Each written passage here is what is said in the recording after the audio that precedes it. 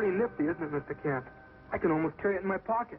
Now, if I have any special outside assignments, I can carry my typewriter with me. That's right, Jimmy. Looks like a good practical investment to me.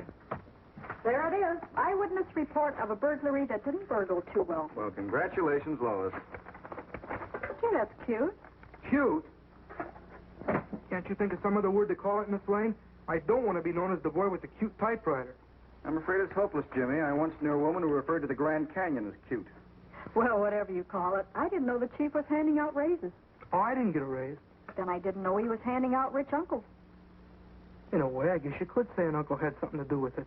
Uncle Sam. When I was in school, I used to buy Treasury savings stamps every week.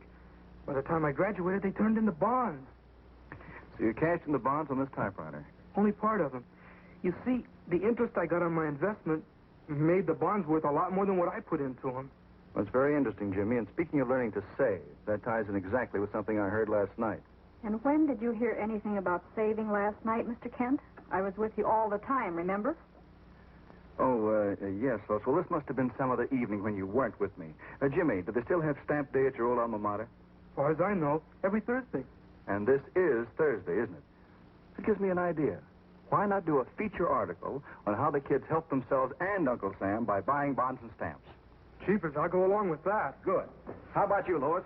I'd love to, but I have a date with Inspector Henderson. Have to look through the mug books for that speedy gentleman I met in the alley last night.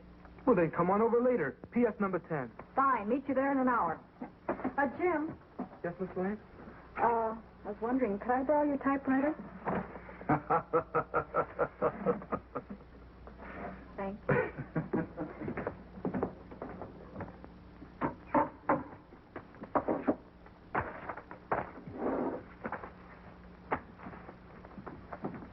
Morning, boys. Good morning, Mr. Garwood. I'd like you to meet Mr. Kent and Jimmy Olsen from the Planet. Hi, fellas. Mr. Kent, you're the friend of Superman, aren't you? Well, we do keep in pretty close contact, yes. Boy, if Superman would come over, I bet we'd really have a stamp day. Well, I can't promise you anything, but it might be arranged. The booth looks very nice, boys. Thank you very much.